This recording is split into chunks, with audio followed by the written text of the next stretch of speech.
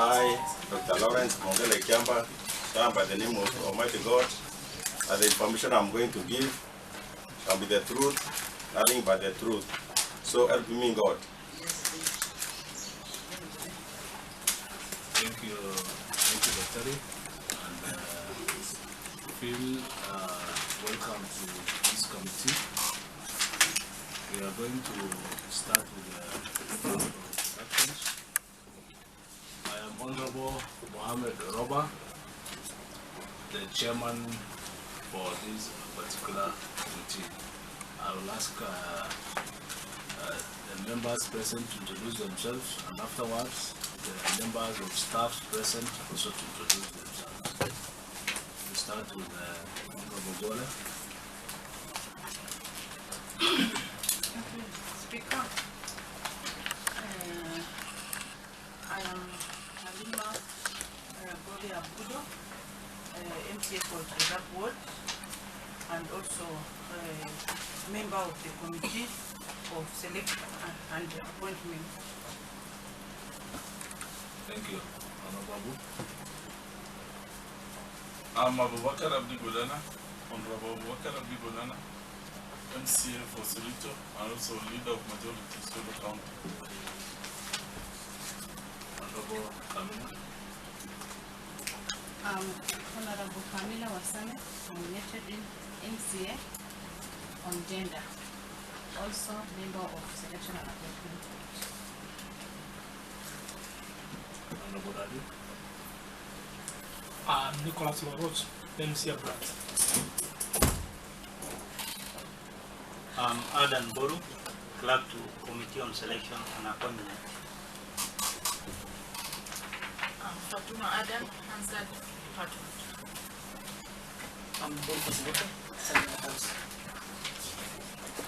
Ali Godana, Principal Clerk Assistant. Mind Amos, ICT.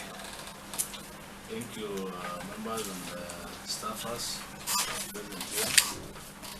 Dr. Mwongela, can you provide originals of this to the committee, the curriculum vitae, duly filled questionnaires, original national ID or passport, original academic certificate, certificate of clearance from Kenya Revenue Authority, Ethics and Anti-Corruption Commission, the Directorate of Criminal Investigations, that is the police clearance certificate, and the clearance from Higher Education Loans.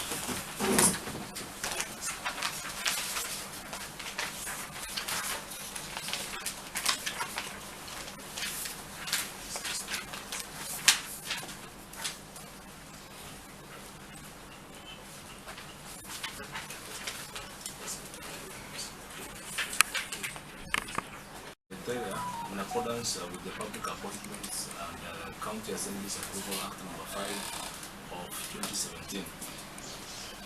The first criteria will be academic qualifications, the employment record, professional affiliations, potential conflict of interest, knowledge of relevant subjects, overall suitability for the position, if you are tax compliant, and the issue of integrity. You will start off, you will first start by introducing yourself. You tell us the knowledge that you have for this particular job that you are seeking, and the experience and qualifications that you have. Thank you, Mr. Speaker, sir. My name is Dr. Lawrence Mwongela. My name is Dr. Lawrence Mwongela Ikiamba.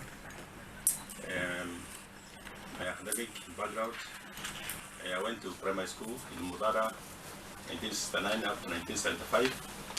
Then I qualified. I went to secondary in Kobo High School, where that's from 1976 to 1979, where I did my ESC, Staff Certificate of Education. Then I qualified, and I went to A level in the same school, that's in Kobo High School, 1980 to 1981, and then from 1980 82, there was a coup. That time I became a teacher. I taught for about a few months. That's around 80 months. And then I proceeded to University of Nairobi from 1983 up to 1987, where I qualified with a Bachelor of Veterinary Medicine. And I was deployed to Western Kenya, where I've worked in many counties as a veterinary officer. So I worked in Kakamega for about 4 years. Then I proceeded to Embu, worked for less than a year. That's around 1992, when I was posted to Isiolo, where I worked from 1992 to 2001, and I was promoted as a district veterinary officer to work in Wajir. I also worked in Wajir from 2001 to 2004. Then I proceeded to, was posted again to Mwongela in Kitui County, where I worked from 2004 to 2008. And then 2008, I was posted again as Sandivio to Mawa, that is Ikiamba, in Meru County, where I worked up to 2014 as a county director of veterinary services. Then from there, I was promoted to the Meru County, the land of Meru County, where I worked as a county director of veterinary services up to 2019. And in 2019, I applied for the job of CC, Isiolo County, and I was given the position of the County Executive Committee member for Agriculture, Livestock and Fisheries of the government of Isiolo. But while I was working in the year 2016, I went to Kemu University and enrolled for master's degree. And on 2020, I qualified with the master's degree in agriculture and rural development, animal production option. So basically that is my qualification. But I've also did some article. This is one of the article that I've written in the journal in Kemu University on growth performance of broilers fed on processed acacia totally seed meal as a replacement of soybean meal. Then as I've been working in Isiolo, I've excelled a little bit because I have been able to push quite a number of documents in the assembly, in the county executive member, as a county executive member, whereby I was able to steer the department to have Isiolo Vigilant Policy 2020 ratified by the executive, county executive committee members, and then it came to the assembly. It was also passed, and it was accepted by the governor. Then there is also this other document, which is a livestock policy. It was also passed by the executive committee members sitting in Isiolo, and then the county assembly of Isiolo. I also did the sector plan for the department. That's 2018 to 2027, which we also was also passed through the same process. So the other bit that I also was able to do is the Livestock Sales Yard Regulation 2021, which we wanted to include a clause in the Livestock Sales Yard Act 2016 to include a fund whereby we were supposed to be doing a cost sharing of the revenue we collect with the livestock market associations. So this document was passed through. It was amended. That is the Livestock Sales Yard Act 2016, and a clause was put there whereby a fund was introduced. And along that fund, we had to have some regulations also passed, and they pushed them again through the county executive committee members to the county assembly of Isiolo, and the document was also passed, and it's also here as evidence. So I was just coming with this document, trying to show some of the work that I did within the short period that I was the CC for Agriculture, Livestock and Fisheries County Government of Isiolo, because I was hired on 2019. Yeah, 2019 is when I came in as a CC for Agriculture. So I served for around 3 years, and I have been able to achieve that much. So thank you. Thank you, Dr. Mwongela. We are now going to have some set of questions from the honorable members, and we are going to start with the Honorable Camilla.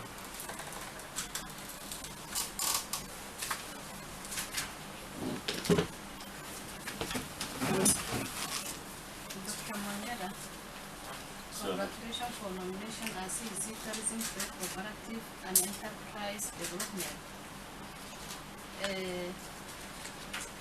I want you, Mr. Mwongela, to explain to the members your employment history and its relevance to the position you have applied for. Thank you. Okay, thank you very much.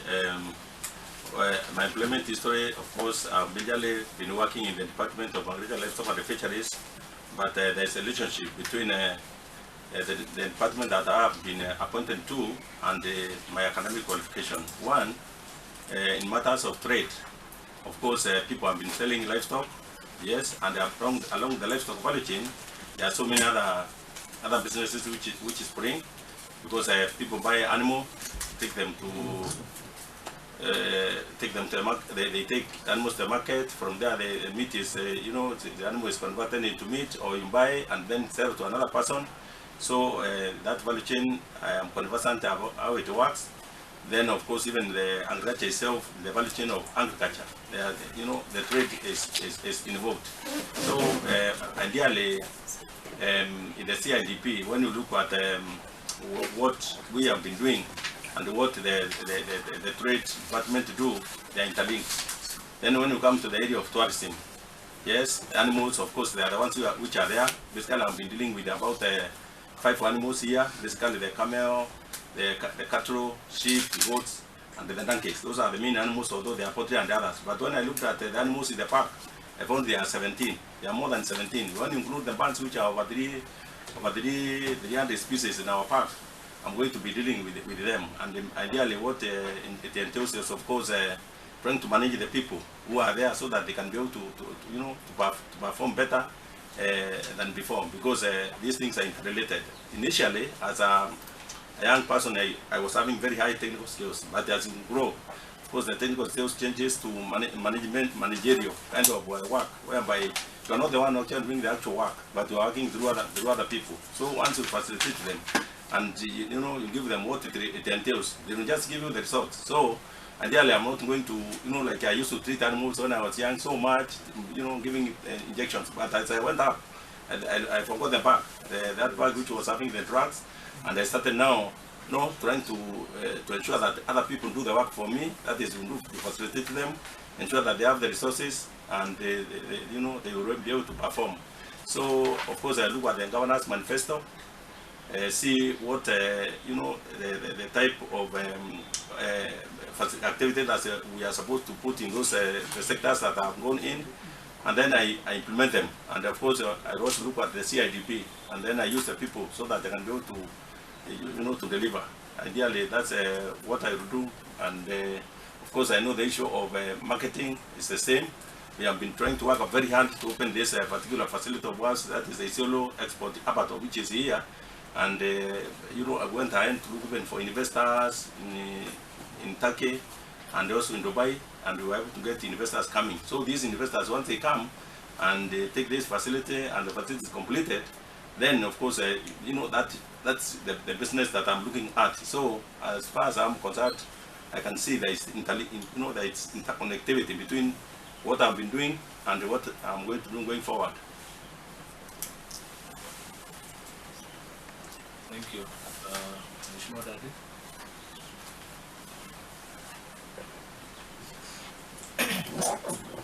Thank you, CC Nominee, Mr. Mwongela, Tourism, Trade and Cooperatives, and Enterprise Development. My question, what motivated you to apply for this position and relevant experience that you bring in this docket? Thank you. When I applied for this position, ideally I applied to become a CC, and the governor in his own wisdom, he just appointed me to that particular position. So that is how it looked like. But looking like myself, the way I've been working, in given any task, I feel that I can be able to handle it, because I've already explained that in the task that I was given, I was able to do exactly what I was given, and a little bit exceeded. I've already looked at that department, yes, and I've seen there are like 3 documents which are pending to be pushed. That is to be taken through public participation, we look at them and then we make them live. That is one. There is a tourism bill, which I think my colleague has been bringing on board, which is at the level of maybe public participation. That is tourism bill 2021, which I've seen it is already in the pipeline. Then there is another document which I've looked, which is called the Wildlife Management and Conservation Bill, which is also there to open up the sector. And then there's another one for conservancy, community conservancies bill 2021. So I, as a CC, if I'm given that opportunity to serve in that area, I will use the same knowledge which I've used to to push these other fund documents from my sector, so that they can also assist in the county government to achieve what it wants, because these documents basically they are the ones which give guidance on what to do and at what time, and then they will also be able to spur the activities in that department. So what actually motivated me, one, I felt that I have the energy and the knowledge that it takes. So that's one of the key reasons which motivated me to apply for this job. Otherwise, I can see also, even if these animals are having problems like diseases, I will be able to understand very quickly, having a background of veterinary science. Thank you. Another question. Can you tell this committee the function of the county executive committee? Yeah, the functions of the county executive committee: one, it is to implement the legislations from the county assembly of Isiolo. Two, to implement also legislative, legislative actions or what has been recommended by the national parliament, which touches on our county. The thing is supervision of the department, which will be given to me. The other issue is preparing policies, and also like the ones that I have seen, to take to our cabinet or executive committee meeting. Then of course at the end of the day they land into the county assembly of Isiolo for ratification, and then if they go through, they are given back to me for implementation. Then the other issue that I'm supposed to do is to report to the county assembly of Isiolo on quarterly basis on what the performance of the department is, or what we are doing. And then last but not the least, when you request me to come and make a report, then of course I have to come to this to the assembly and give a report on what we are doing as a department. So broadly, those are the ones, but we can also do, I'm supposed to do other assignments which are given by the governor, and also the constitution. What the constitution stipulates, I'm also supposed to implement the intentions which are in the constitution and the governor's manifesto. Thank you, Dr. Lawrence Mwongela. Apparently, you are a man of immense experience. When I look at your university degree, you graduated with your bachelor's in veterinary medicine. Yes, in 1987, when I was in Standard 1. So it's a very long and huge experience. Now, under the trade, cooperative and enterprise development pillar, as you know, we have many youth jobless and on the streets. The blue collar jobs may not be able to absorb all these youth from the streets. Under this pillar, what do you intend to do for the youth of your county so that they may get liberated economically? Okay, thank you for that question. One is that we want youth to understand that the white collar jobs, of course, are limited, but they can take other businesses like agribusiness. We have been saying that agriculture has got quite a number of value chains which they can, where they can play. One of them is like in transportation of of the produce from the farm The other issue is on encouraging them to understand, even when they are doing business like Boda type of business is also a business, and the IT, that is working for people. That's for example, people who are doing it like standing, they can even work for them as a, you take it as a business instead of seeing it as if it's not a business. We'll also sit down with them, and then of course with other stakeholders, we try to see which area in the information technology we can be able to at least bring them to speed. This county, for example, we can put internet in the town, and then they can be able to work for other people using that internet. I think that will be also a good idea. The other thing I wanted to say is also about because I'm going to be working for the tourism sector, and of course the national Saraba Shaba National Reserve is here. There's also the Buffalo Spring. We can see to it, at least if there is some fantasies, they can also be employed. A few of them can also be absorbed there. They can use their energy at least to work for the county government of Isiolo. Because when I was looking at the information, background information, I understand that most of the staff working there, of course, they are aged, and some of them are also retired. So maybe that's a need that you can explore to see them getting employed. But it's going to be kind of an issue where I'm also going to look at the governance manifesto, because I know you're also talking about the same issue, and he knows, of course, the youth are there and they have a lot of energy, and then I can try to implement some of the ideas contained there in Your Excellency. Thank you.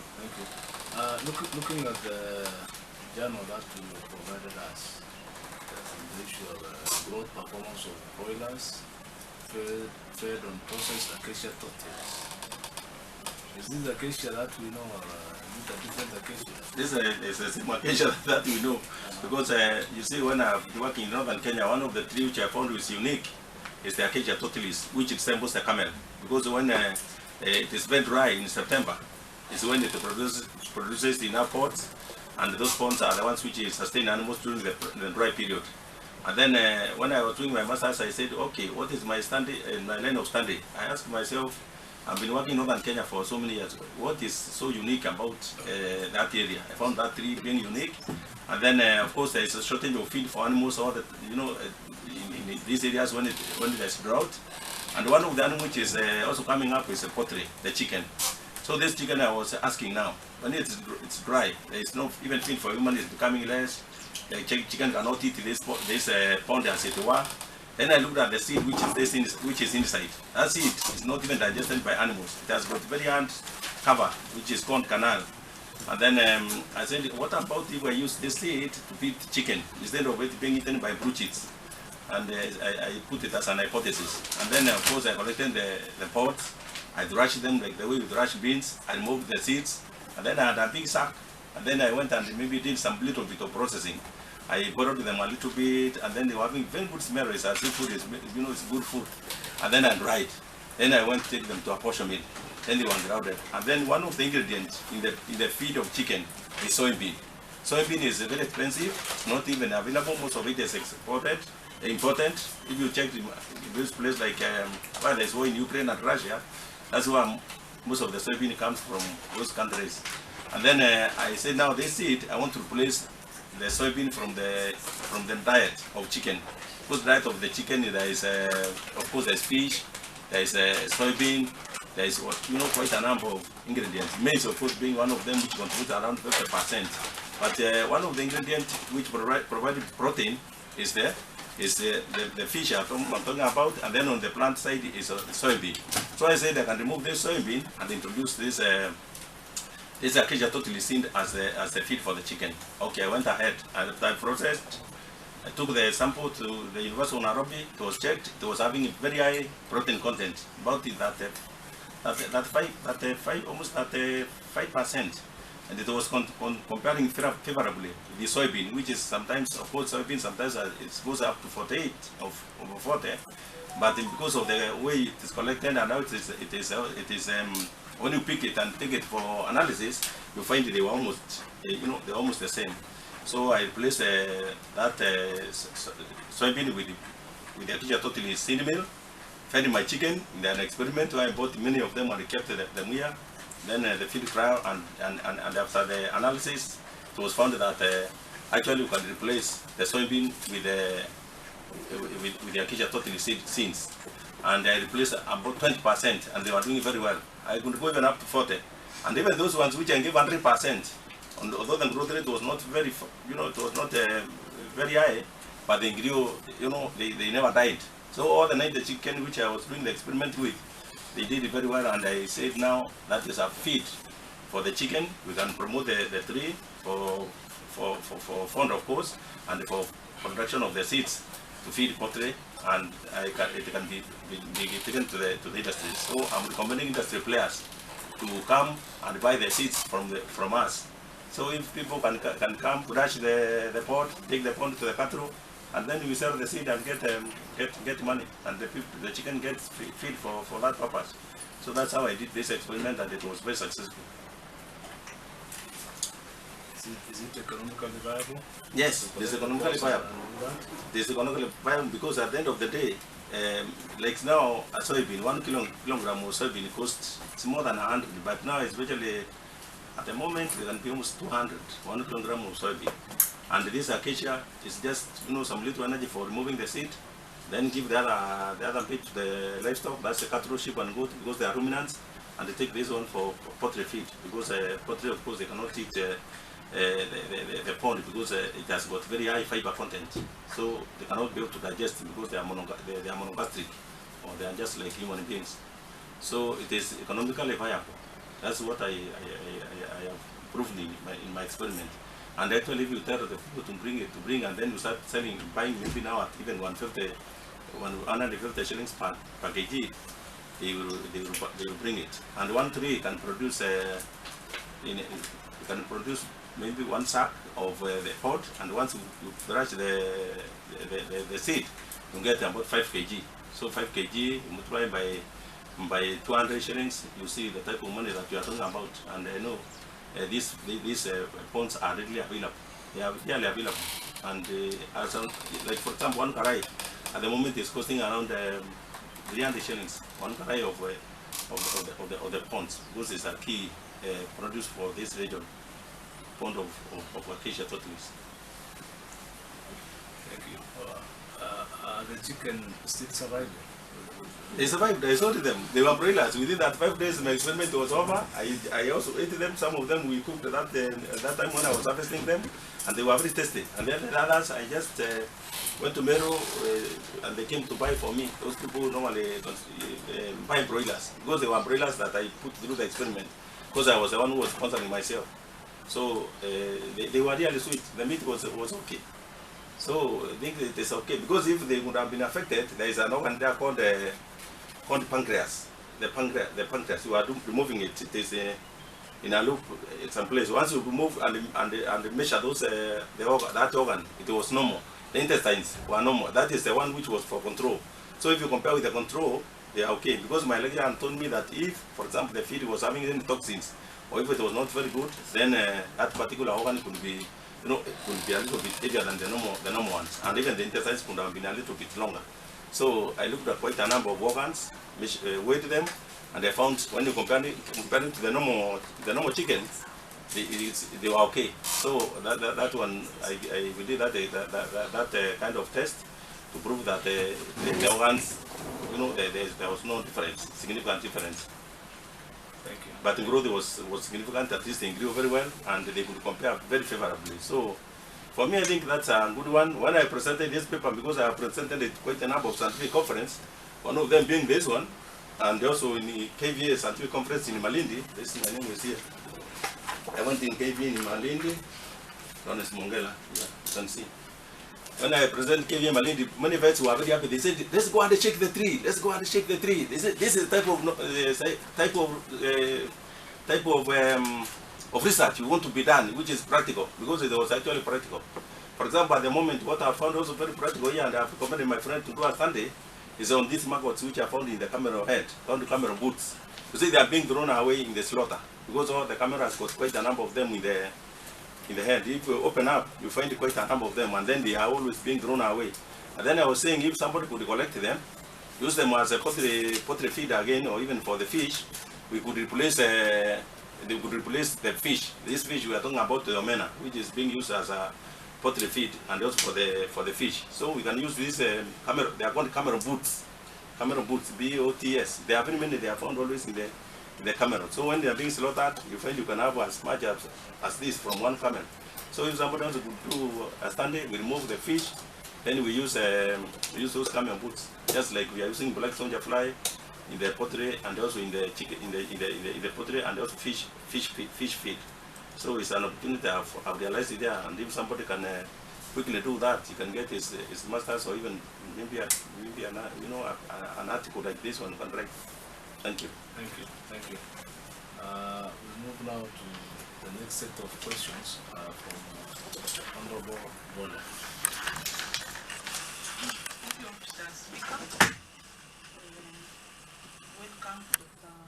Mwongela, my former colleague, and congratulations for being appointed as CC Tourism, Wildlife Trade and Cooperative Development.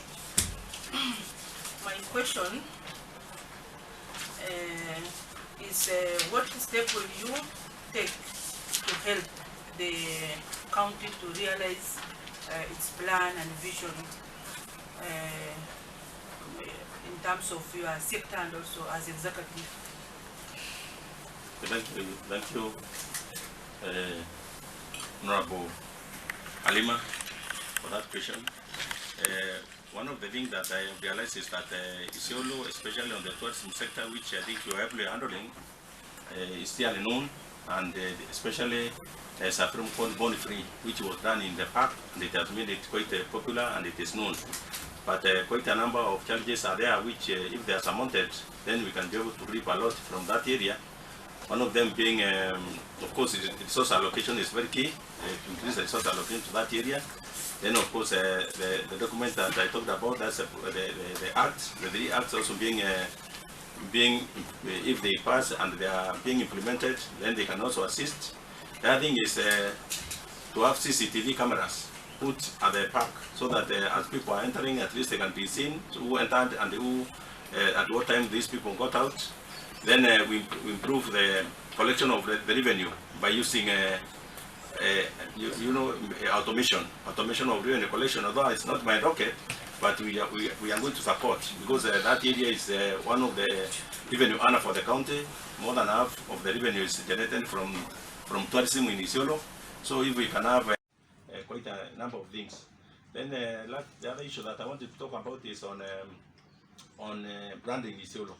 Should have a machine for branding our items, and we, for example, have some items which are say made from Isiolo, or I love Isiolo, and then the speaker or even the governor himself can be able to give visitors when they come. Because I see when visitors come, they come with something, they give it to us, and we have also nothing to give. And we have a lot of bones, we have a lot of horns which can be cut into small pieces, then you put from Isiolo, made from Isiolo, I love Isiolo. Then these are type of businesses that people can open up once you have a machine for branding or for branding. The other area is on the area of publicity of our park. Of course, we can have a big billboard in the town saying Isiolo is it's a tourist destination. Then we can put our animals which are special, the Grave zebra, the oryx, the ostrich, the Somali ostrich, and Grunuk, and then we put all of them there, and they say this is, these animals are found in Isiolo. People will get interested. Then of course there's the bus which was bought by the last administration for tourists, local tourists, and of course it can be used to ferry people. The weekend, we go and eat mila there, take maybe, enjoy, and then in the evening come back. That way we can boost our tourists locally. And also they can even go to other counties like Meru here. Then we bring them, they see what is happening, we take them back in the evening, and they will pay some little transport. So here are some of the ideas that I think we as a county we can do, and I think they're entrenched in our governance manifesto, try to implement, and also that the land generation CIDP is being developed, these ideas can be put there so that we can be able to push them together, of course, us and the Assembly of Isiolo.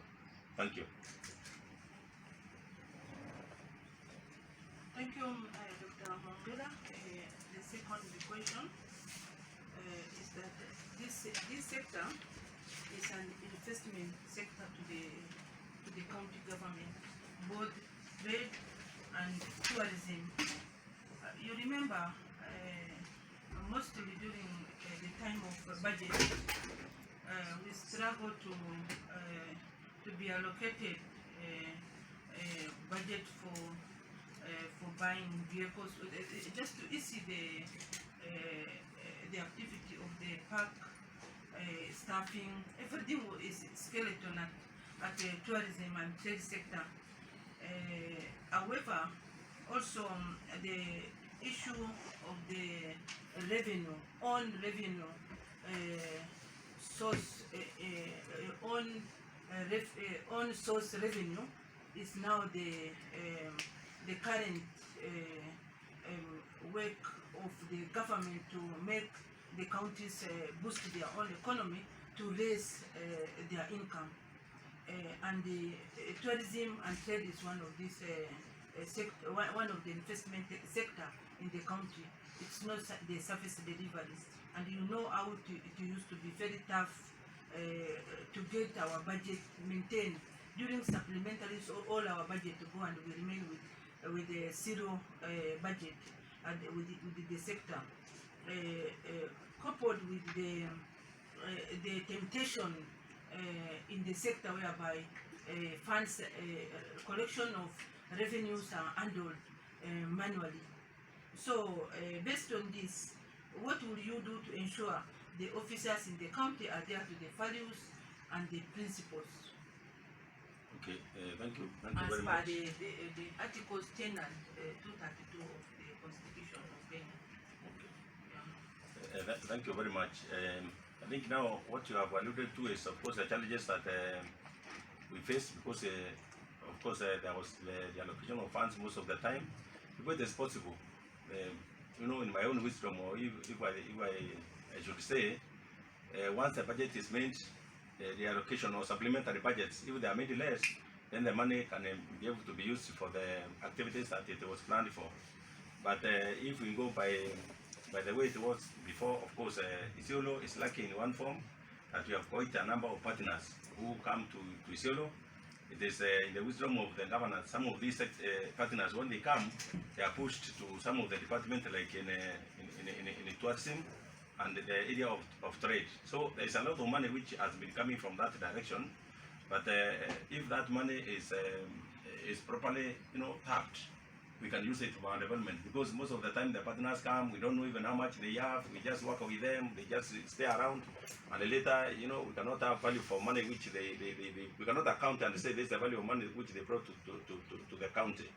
But one, you have already alluded to, you are supposed to do automation, where people can just, pay the money and then it goes directly into the county instead of the manual collection, because that manual collection, as you have said, is the one which there's a lot of proofread, or some of the money does not end up coming to the county revenue fund.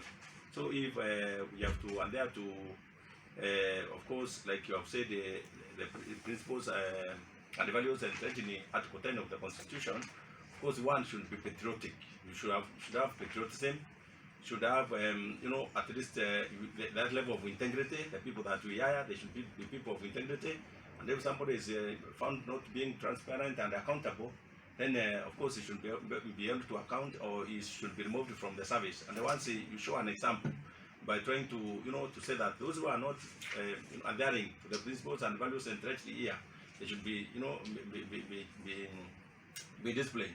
Then, of course, if you look at the Article 232, which you have talked about of the Constitution, it talks about promptness and information. So whatever you are doing, you should be able to give the people the information, and they should also, at least will be responsible to them. And then when we are hiring the people into the service, they should be, across all the communities, yeah. And that's what I say, that we have inclusivity that everybody is included. So if we have to ensure there is enough resources, then of course we have to look for money using that own source revenue. We increase it. Isiolo, we have we were going up. Then at some time it went down a bit. Then Corona came, it went down almost completely. But now we are taking off again. So once we take off and we don't have a bigger cake, then I think even our sector, the tourism, trade, and the cooperative sector will be given slightly more money. But there are some departments which are producers. Like I think tourism is like a producer. So the producer should give the other sector. Because I remember at one stage you were saying that tourism to be autonomous.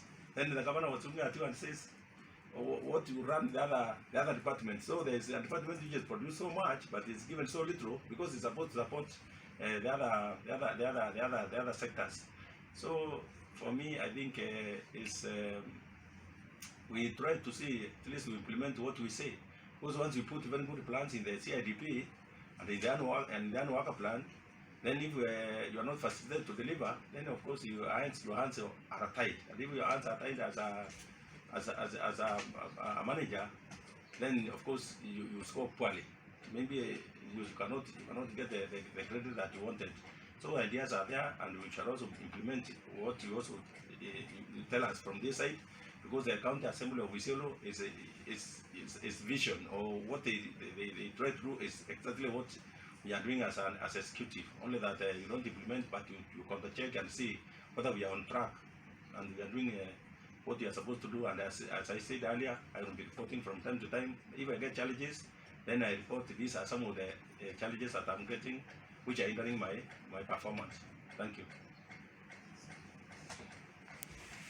Thank you, Dr. Mwongela. Honorable Abu.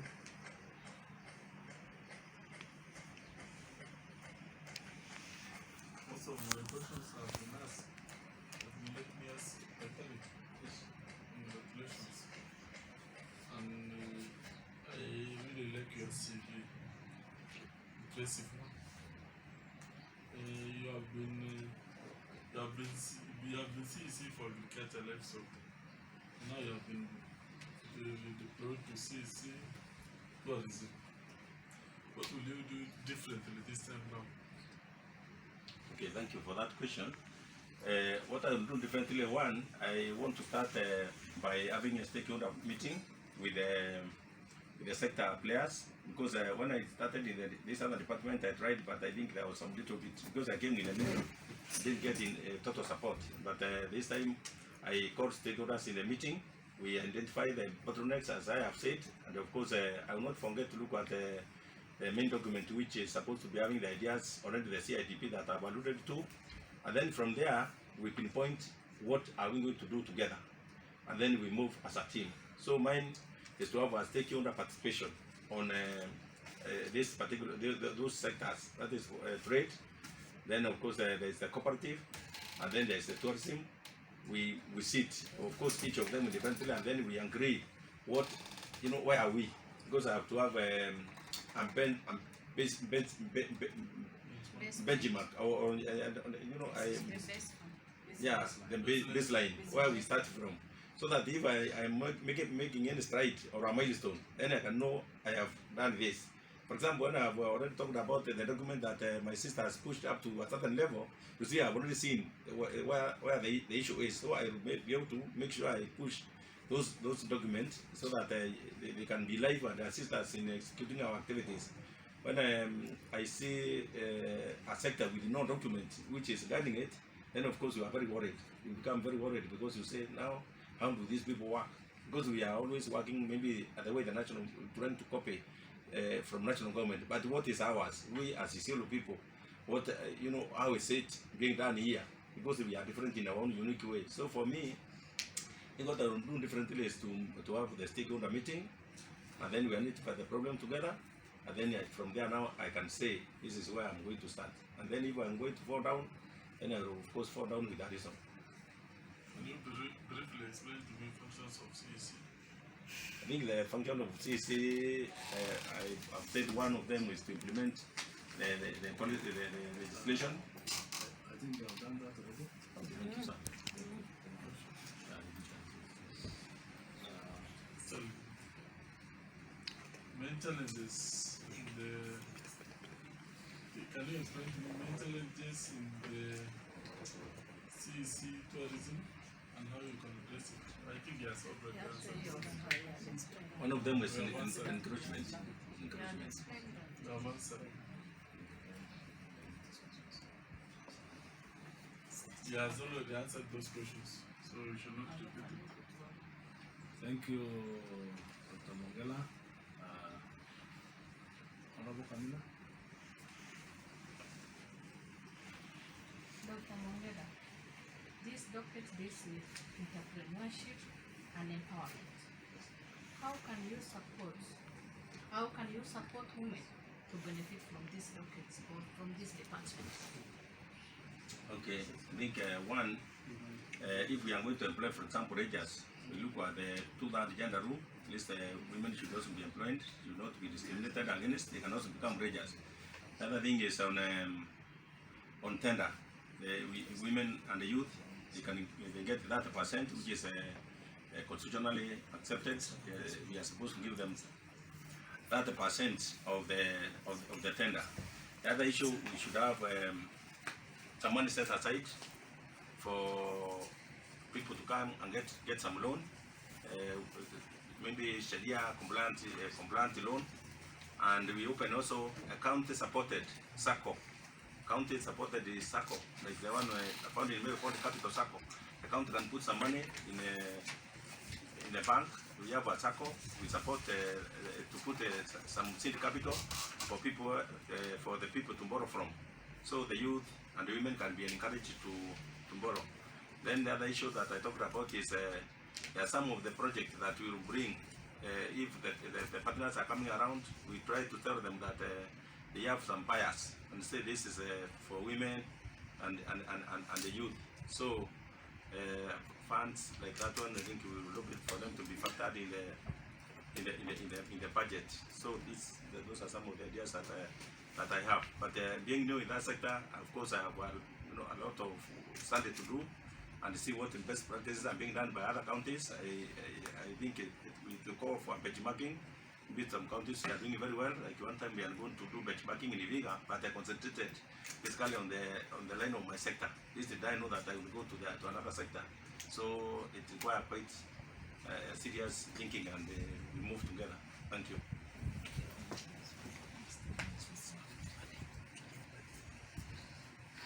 Honorable, do you have a question? Yes. My question to Dr. Mwongela. I've seen the statement you awarded 25 million. Can you tell this 25 million is cash liquidity or all? Okay, I have indicated my net worth is 25 million. It is in form of course, land, my plot where I stay, and also my vehicles, which I have 2 of them, and some little money in the bank. Don't have a lot in the bank. So it's like my assets and the liquidity. That is what I've indicated there. Thank you.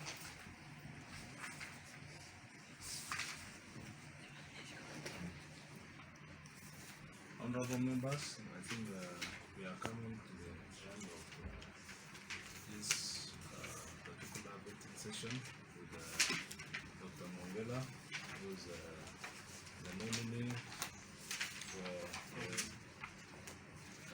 County Executive Committee member for Tourism, Trade, Cooperative and Enterprise Development. I take it back to Dr. Mwongela.